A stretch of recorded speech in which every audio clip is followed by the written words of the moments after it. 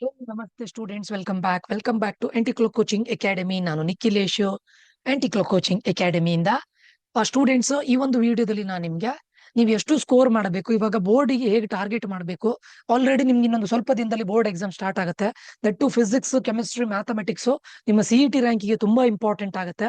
So ನೀವು ಎಷ್ಟು score ಮಾಡಿದ್ರೆ ಲೇಟರ್ ಆನ್ ಹೇಗಿದ್ರು ನಿಮ್ಗೆ KCETಗೆ 1 ಮಂತ್ ಟೈಮ್ ಇದೆ. ಅದರಲ್ಲಿ ನೀವು ಪಕ್ಕ ವರ್ಕ್ ಮಾಡಿ ಆರಾಮ್ಸೆ ತೆಗಿಬಹುದು. ಆರಾಮ್ಸೆ ಅಂತಲ್ಲ, ಬಟ್ 1 ಮಂತ್ ಟೈಮ್ ಇದೆ. Somehow you can manage, ನಿಮ್ಗೆ ಆ ಟೈಮ್ ಇದೆ. ಬಟ್ ಇವಾಗ ನಾನು ಬೋರ್ಡ್ಸ್ ಅಲ್ಲಿ ಎಷ್ಟು ತೆಗಿಬೇಕು, ನಂಗೆ ಒಂದು ಒಳ್ಳೆ ರ್ಯಾಂಕ್ ಬರಬೇಕು ಅಂತ ಹೇಳಿದ್ರೆ, ಒಂದು ಕರ್ನಾಟಕದ ಒಂದು ಒಳ್ಳೆ ಇಂಜಿನಿಯರಿಂಗ್ ಕಾಲೇಜಲ್ಲಿ ನಾನು ಲ್ಯಾಂಡ್ ಆಗ್ಬೇಕು ಅಂತಿದ್ರೆ, ನಾನು ಎಷ್ಟು ಮಾರ್ಕ್ಸ್ ಅನ್ನು ತೆಗಿಬೇಕು ಬೋರ್ಡ್ ಅಲ್ಲಿ, that too physics, chemistry, mathematics. Okay, ಯಾರ್ಯಾರು ಈ ವಿಡಿಯೋವನ್ನ ನೋಡ್ತಾ ಇದ್ದೀರಾ, ನೀವು PUC ಅವರಾಗಿದ್ರೆ ದಯವಿಟ್ಟು ಇನ್ನಾದ್ರೂ ಸೀರಿಯಸ್ ಆಗಿ ಓದ್ಕೊಳ್ಳಿ. ಈಗ ನಾನು ಇವಾಗ ಆಲ್ರೆಡಿ ಫಿಸಿಕ್ಸ್ ಇದು ಒಂದಿಷ್ಟು ಇಂಪಾರ್ಟೆಂಟ್ ಕ್ವಶನ್ಸ್ ಅನ್ನ ಲಿಸ್ಟ್ ಮಾಡಿ ಕಳಿಸ್ತಾ ಇದ್ದೇನೆ. ಸೊ ದಯವಿಟ್ಟು ಯಾರ್ಯಾರು ನಮ್ಮ ಟೆಲಿಗ್ರಾಮ್ ಚಾನಲ್ಗೆ ಜಾಯ್ನ್ ಆಗಿಲ್ಲ, ಆದಷ್ಟು ಬೇಗ ಜಾಯ್ನ್ ಆಗಿ.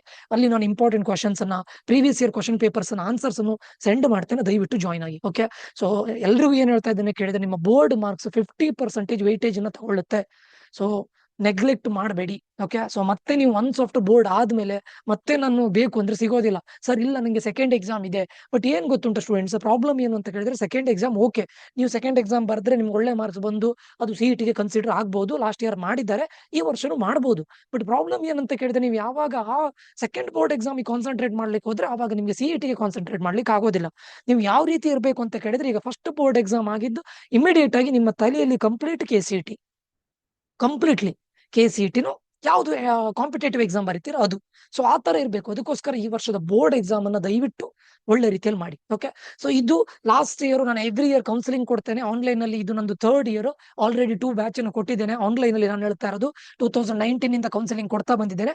ಲಾಸ್ಟ್ ಇಯರ್ ಕೂಡ more than 700 ಸ್ಟೂಡೆಂಟ್ಸ್ ಕೊಟ್ಟಿದ್ದೇನೆ. ಅದ್ರ ಲಾಸ್ಟ್ ಇಯರ್ ಕೂಡ more than 700 ಸ್ಟೂಡೆಂಟ್ಸ್ ಕೊಟ್ಟಿದ್ದೇನೆ. ಅರೌಂಡ್ 1000 ಸ್ಟೂಡೆಂಟ್ಸ್ ವರೆಗೂ ಕೊಟ್ಟಿದ್ದೇನೆ. ಓವರ್ ಆಲ್ ಆಗಿ 1500 ಪ್ಲಸ್ ಸ್ಟೂಡೆಂಟ್ಸ್ ಗಳನ್ನು ನಾನು ಆನ್ಲೈನ್ ಅಲ್ಲಿ ಕೌನ್ಸಿಲಿಂಗ್ ಮಾಡಿದ್ದೇನೆ. ಓಕೆ, ಸೊ ಈಗ ನೀವು RV ಕಾಲೇಜ್ ಆಫ್ ಇಂಜಿನಿಯರಿಂಗ್ ಅನ್ನು ಕನ್ಸಿಡರ್ ಮಾಡಿದ್ರೆ, ನನ್ನ ಸ್ಟೂಡೆಂಟ್ಸ್ ಗಳು ನನ್ನ ಜೊತೆ ಕೌನ್ಸಿಲಿಂಗ್ ತಗೊಂಡಂತ more than 20 ಸ್ಟೂಡೆಂಟ್ಸ್ ಗಳು ಇದ್ದಾರೆ RV ಅಲ್ಲಿ.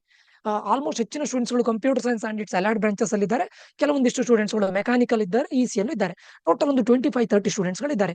ಇದರಲ್ಲಿ ಲಾಸ್ಟ್ ಇಯರ್ ಪಾಸ್ಡ್ ಔಟ್ ಆದಂತ, ಅಂದ್ರೆ ಈ ವರ್ಷ ಫಸ್ಟ್ ಇಯರ್ ಇಂಜಿನಿಯರಿಂಗ್ ಮಾಡ್ತಾ ಇರುವಂತ ಒಬ್ಬ ಸ್ಟೂಡೆಂಟ್, ಈ ತರದೊಂದು 10 ಡೇಟಾವನ್ನು ತಗೊಂಡು ಬಂದಿದ್ದೇನೆ ನಾನು. ಅವರ ಬೋರ್ಡ್ ಎಕ್ಸಾಮ್ ಮಾರ್ಕ್ಸ್ ಮತ್ತೆ CET ಮಾರ್ಕ್ಸ್ ನಿಮ್ ಮುಂದೆ ತಂದು ಕೊಡ್ತಾ ಇದ್ದೇನೆ. ಓಕೆ, ಸೊ ಲಾಸ್ಟ್ ಇಯರ್ ನ ಸ್ಟೂಡೆಂಟ್, ಇವನ ಈ ಸ್ಟೂಡೆಂಟ್ ನ ಕೆಮಿಸ್ಟ್ರಿ ಮತ್ತೆ ಫಿಸಿಕ್ಸ್, ಮ್ಯಾಥಮೆಟಿಕ್ಸ್, ಕೆಮಿಸ್ಟ್ರಿ ಮಾರ್ಕ್ಸ್ ನೋಡಿ 298, 300 ಅಲ್ಲಿ. Okay, don't worry about your computer science ಆಗಿರ್ಬೋದು, ಇಂಗ್ಲಿಷ್ ಆಗಿರ್ಬೋದು, ಅದ್ರ ಬಗ್ಗೆ ವರಿ ಮಾಡ್ಕೋಬೇಡಿ.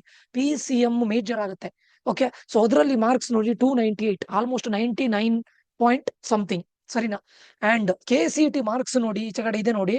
ಕೆಮಿಸ್ಟ್ರಿಯಲ್ಲಿ 55, ಮ್ಯಾಥ್ಸ್ ಅಲ್ಲಿ 55, ಫಿಸಿಕ್ಸ್ ಅಲ್ಲಿ 49. ಓಕೆ, ಅಂದ್ರೆ ಟೋಟಲ್ ಆಗಿ ಹೋಗಿದ ಮಾರ್ಕ್ 10 ಪ್ಲಸ್ 11, 21 ಮಾರ್ಕ್ಸ್ ಹೋಗಿದೆ. 21 ಮಾರ್ಕ್ಸ್ ಅಂತ ಹೇಳಿದ್ರೆ 159 ಮಾರ್ಕ್ಸ್ ತೆಗೆದಂತಹ ಸ್ಟೂಡೆಂಟ್ ನ ರ್ಯಾಂಕ್ 341. ಲಾಸ್ಟ್ ಟೈಮ್ ಈ ಸ್ಟೂಡೆಂಟ್ ಗೆ ನಾನು ಕೌನ್ಸಿಲಿಂಗ್ ಮಾಡಿ, is in RV college of engineering computer science related branch ಅಲ್ಲಿ ಇದ್ದಾನೆ. He belongs to general merit category. ಏನಾಗಿತ್ತು ಅಂತ ಹೇಳಿದ್ರೆ, ಫಸ್ಟ್ ರೌಂಡ್ ಅಲ್ಲಿ CS ಸಿಕ್ಕಿರ್ಲಿಲ್ಲ ನೋಡಿ, 341 ರ್ಯಾಂಕ್. CS ಸಿಕ್ಕಿರ್ಲಿಲ್ಲ RV ಅಲ್ಲಿ.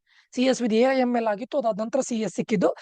ಇವಾಗ RV ಅಲ್ಲಿ ಕೋರ್ CS ಅಲ್ಲಿ ಇದ್ದಾನೆ. ಓಕೆ, ಅಂಡ್ NIT ಯಲ್ಲೂ ಕೂಡ ಇದಾಗಿತ್ತು, ಬಟ್ ಬೇಕಾಗಿರೋ ಬ್ರಾಂಚ್ ಸಿಕ್ಕಿರ್ಲಿಲ್ಲ. ಅವ್ರಿಗೆ ಈ ಸ್ಟೂಡೆಂಟ್ಗೆ ಪರ್ಟಿಕ್ಯುಲರ್, ಈ ಸ್ಟೂಡೆಂಟ್ಗೆ ಕಂಪ್ಯೂಟರ್ ಸೈನ್ಸ್ ಅಥವಾ ಅದರ ಅಲೈಡ್ ಬ್ರಾಂಚಸ್ ಅಲ್ಲಿ ಬೇಕಾಗಿತ್ತು, ಬಟ್ ಸಿವಿಲ್, ಮೆಕ್ ಅಥವಾ ಬೇರೆ ಟ್ರಿಪಲ್ ಇದೆಲ್ಲ ಸಿಗ್ತಾ ಇದ್ದಿತ್ತು, but he was not interested. ಸರಿನಾ? ಸೊ ಅಂದ್ರೆ ಇದು ನೋಡಿ, ನೀವು ಬೋರ್ಡ್ಸ್ ಅಲ್ಲಿ ಮಿನಿಮಮ್ 290 ಪ್ಲಸ್ ತೆಗಿಬೇಕು. ಇನ್ ಕೇಸ್ 290 ಪ್ಲಸ್ ಆಗದೆ ಇದ್ರು ಕೂಡ, ಅಟ್ಲೀಸ್ಟ್ ಒಂದು 280 ಪ್ಲಸ್ ತೆಗೆದ್ರು ಕೂಡ you will be in a safer side. Very important students. ಅದಕ್ಕೋಸ್ಕರ PCM ಅಲ್ಲಿ ಆದಷ್ಟು 90 ಪ್ಲಸ್, 95 ಪ್ಲಸ್ಗೆ ಟಾರ್ಗೆಟ್ ಮಾಡಿ ಅಟ್ಲೀಸ್ಟ್ 90 ಆದ್ರೂ ತಗೊಳ್ಳಿ. ಸರಿನಾ? ನೀವು ಟ್ರಿಪಲ್ ಡಿಜಿಟ್ ರ್ಯಾಂಕ್ ಬರಬೇಕಂದ್ರೆ ದಿಸ್ ಇಸ್ ಕಂಪಲ್ಸರಿ. ಈ ಮಾರ್ಕ್ಸ್ ಕಂಪಲ್ಸರಿ 295 ಪ್ಲಸ್ ಇದರಲ್ಲಿ ಇರಲೇಬೇಕು, ಯಾವ್ದ್ರಲ್ಲಿ ಬೋರ್ಡ್ಸ್ ಅಲ್ಲಿ ಇರಲೇಬೇಕು. ಪ್ಲಸ್ ನಿಮ್ದು KCET ಅಲ್ಲಿ 150 ಪ್ಲಸ್ ಕಂಪಲ್ಸರಿ ಇರಲೇಬೇಕು. ತುಂಬಾ ಇಂಪಾರ್ಟೆಂಟ್. ಆಯ್ತಾ? ಇದು ಒಂದು ಸ್ಟೂಡೆಂಟ್ ಇದು. ಆಯ್ತಾ? ಆಮೇಲೆ ಇನ್ನೂ ಒಂದು ಸ್ಟೂಡೆಂಟ್ ನಾನು ಹೇಳ್ತೇನೆ ನೋಡಿ. ನೆಕ್ಸ್ಟ್ ಇದೊಂದು ನೋಡಿ, ಈ ಸ್ಟೂಡೆಂಟ್ ಇದು ಜಸ್ಟ್ ರ್ಯಾಂಕ್ ಮಾತ್ರ ಇದೆ, ಬೇಡ. ನೆಕ್ಸ್ಟ್ ಇಲ್ಲೊಂದು ಸ್ಟೂಡೆಂಟ್ ಇದು ನೋಡಿ, ಮತ್ತೊಂದು ನಿಮ್ಗೆ ಕಡಿಮೆ ರ್ಯಾಂಕ್ ಇದೆ ಹೇಳ್ತೇನೆ, ಟ್ರಿಪಲ್ ಡಿಜಿಟ್ ರ್ಯಾಂಕ್ ಇದೆ. ಇನ್ನೊಂದು ಸ್ಟೂಡೆಂಟ್ ಇದಿದೆ.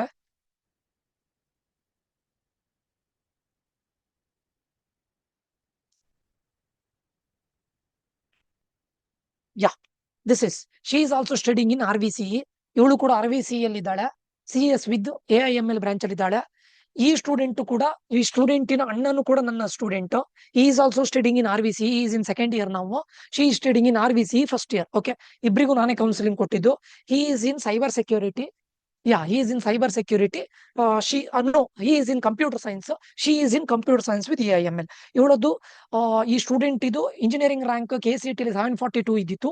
ಕಾಮಿಡ್ಕೇನು ಕೂಡ ಅರೌಂಡ್ 1000 ರೇಂಜ್ ಅಲ್ಲೇ ಇದ್ದಿತ್ತು. ಓಕೆ, 1050, 1100 ರೇಂಜ್ ಅಲ್ಲೇ ಇದ್ದಿತ್ತು. She is a good student. ಅವಳದ್ದು ಮಾರ್ಕ್ಸ್ ನೋಡಿ, ಕೆಮಿಸ್ಟ್ರಿಯಲ್ಲಿ 55. ಇದ್ರದ್ದು ಯಾವುದು KCET ಮಾರ್ಕ್ಸ್ 55, 53, 44. ಫಿಸಿಕ್ಸ್ ಅಲ್ಲಿ ಸ್ವಲ್ಪ ಕಡಿಮೆ ಆಯ್ತು, ಅದು ಬಿಟ್ರೆ ಉಳಿದಿದೆ ಎಲ್ಲದೂ ಕೂಡ ಒಳ್ಳೇದಿದೆ. ಅಂದ್ರೆ ನೋಡ್ಲಿಕ್ಕೆ ಹೋದ್ರೆ ಎರಡೂ ಕೂಡ ಆಲ್ಮೋಸ್ಟ್ ನಿಮ್ಗೆ KCET ಅಲ್ಲಿ ಎಷ್ಟಿದೆ, 150 ಇದೆ.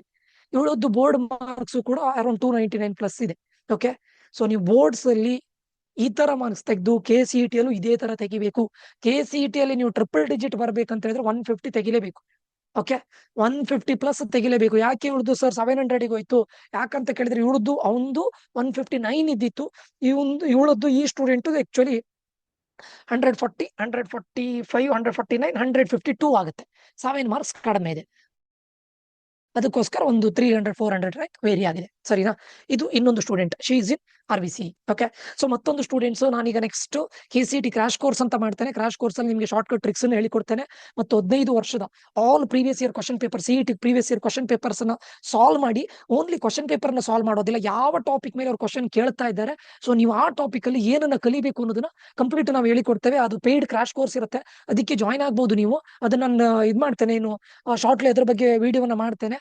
ಆವಾಗ ನಿಮ್ಗೆ ಈ ಸ್ಟೂಡೆಂಟ್ಸ್ ಅಲ್ಲಿ ಇದ್ದಾರೆ ನೋಡಿ, ಈಗ RVC ಅಲ್ಲಿ ಸೆಕೆಂಡ್ ಇಯರ್ ಅಲ್ಲಿ ಇರೋರು, ಫಸ್ಟ್ ಇಯರ್ ಅಲ್ಲಿ ಇರೋರು, ಬಿಲೋ 1000 ರ್ಯಾಂಕ್ ಬಂದವರು, ಟ್ರಿಪಲ್ ಡಿಜಿಟ್ ಬಂದಿರೋ ಈ ಸ್ಟೂಡೆಂಟ್, ಇವ್ರು ಎಲ್ಲದೂ ಕೂಡ ನಿಮ್ ಜೊತೆ ನಮ್ ಇದಿರುತ್ತೆ, ಏನು ಗೈಡೆನ್ಸ್ ಇರುತ್ತೆ. ಇವ್ರನ್ನ ನಿಮ್ಗೆ ಝೂಮ್ ಮೀಟಿಂಗ್ ಜೊತೆ ಕನೆಕ್ಟ್ ಮಾಡಿ ನಿಮ್ಗೆ ಇವರು ಕೂಡ ಗೈಡೆನ್ಸ್ ಕೊಡ್ತಾರೆ. ಲಾಸ್ಟ್ 1 ಮಂತ್ ಇರುತ್ತೆ ನೋಡಿ ಬೋರ್ಡ್ ಆದ್ಮೇಲೆ, ಹೇಗೆ ಅವ್ರು ಪ್ರಿಪೇರ್ ಆಗಿದ್ರು, ನೀವ್ ಹೇಗೆ ಪ್ರಿಪೇರ್ ಆಗ್ಬೇಕು, ಈಗ ಮಾರ್ಕ್ಸ್ ಮ್ಯಾಕ್ಸಿಮೈಸ್ ಮಾಡ್ಲಿಕ್ಕೆ ಏನ್ ಮಾಡ್ಬೇಕು ಅನ್ನೋದನ್ನ ನಾನು ಮಿನಿಮಮ್ ಒಂದು 5 to 10 ಸ್ಟೂಡೆಂಟ್ಸ್ ಜೊತೆ ಕನೆಕ್ಟ್ ಮಾಡಿ, RVC ಅಂತಲ್ಲ, PES, MS ರಾಮಯ್ಯ, BMSC ಅಥವಾ ಒಳ್ಳೊಳ್ಳೆ ಟಾಪ್ ಕಾಲೇಜು, BIT ಇರ್ಬೋದು, ಅಥವಾ PES ರಿಂಗ್ ರೋಡ್ ಕ್ಯಾಂಪಸ್ ಇರ್ಬೋದು, ಆ ಸ್ಟೂಡೆಂಟ್ಸ್ ಗಳನ್ನ, ಅಥವಾ PSC ಎರಡು ಇದೆಯಲ್ಲ ಅದ್ರದ್ದು, RV ಯೂನಿವರ್ಸಿಟಿ, ಆಲ್ಮೋಸ್ಟ್ ಹೆಚ್ಚಿನ ಕಾಲೇಜ್ಗಳ ಸ್ಟೂಡೆಂಟ್ಸ್ ಗಳ ಜೊತೆ ನಿಮ್ಗೆ ಕೂರಿಸಿ ನಿಮ್ಗೆ ಕೌನ್ಸಿಲಿಂಗ್ ಕೂಡ ಕೊಡ್ತೇನೆ. ಕೌನ್ಸಿಲಿಂಗ್ ಇನ್ ದ ಸೆನ್ಸ್ ನಿಮ್ಗೆ ಗೈಡೆನ್ಸ್, 1 ಮಂತ್ ಅಲ್ಲಿ ನೀವು ಏನ್ ಮಾಡಬೇಕು, ಯಾವ್ದಕ್ಕೆ ಕಾನ್ಸಂಟ್ರೇಟ್ ಮಾಡಬೇಕು, ಹೇಗೆ ಓದಬೇಕು ಅನ್ನೋದನ್ನ ಅವ್ರ ವಿಯಲ್ಲಿ ಅವ್ರು ಹೇಗೆ ಓದಿದ್ರು ಅದನ್ನ ನಿಮ್ಗೆ ಕೊಡಿಸ್ತೇನೆ. ಸರಿನಾ? ಅದು KCET ಕ್ರಾಶ್ ಕೋರ್ಸ್ ಟೈಮ್ ಅಲ್ಲಿ. ಫೈನಾ? ಅದಾದ್ಮೇಲೆ ಇಲ್ಲಿ ನೋಡಿ, ಈ ಸ್ಟೂಡೆಂಟ್ ನೋಡಿ, ಕೆಮಿಸ್ಟ್ರಿಯಲ್ಲಿ ಕೆಮಿಸ್ಟ್ರಿಯಲ್ಲಿ 94, ಮ್ಯಾಥಮೆಟಿಕ್ಸ್ ಅಲ್ಲಿ 95, ಫಿಸಿಕ್ಸ್ ಅಲ್ಲಿ 89. ಅಂದ್ರೆ ಬೋರ್ಡ್ಸ್ ಅಲ್ಲಿ ಒಂದು ಲೆವೆಲ್ಗೆ ಮಾರ್ಕ್ಸ್ ಒಳ್ಳೇದಿದೆ, ಒಂದು ಲೆವೆಲ್ ಅಲ್ಲ ಒಳ್ಳೇದಿದೆ, 280 ಪ್ಲಸ್ ಇದೆ, ಆಲ್ಮೋಸ್ಟ್ 280 ಪ್ಲಸ್ ಇದೆ ಅಲ್ವಾ. ಬಟ್ CET ಅಲ್ಲಿ ಸ್ವಲ್ಪ ಕಡಿಮೆ ಆಯ್ತು, ದಟ್ ಟು ಫಿಸಿಕ್ಸ್ ಅಲ್ಲಿ ಕಡಿಮೆ ಆಯ್ತು. ರ್ಯಾಂಕ್ ಎಲ್ಲಿಗೆ ಹೋಯ್ತು ನೋಡಿ, 25,000 ಹೋಗಿದೆ.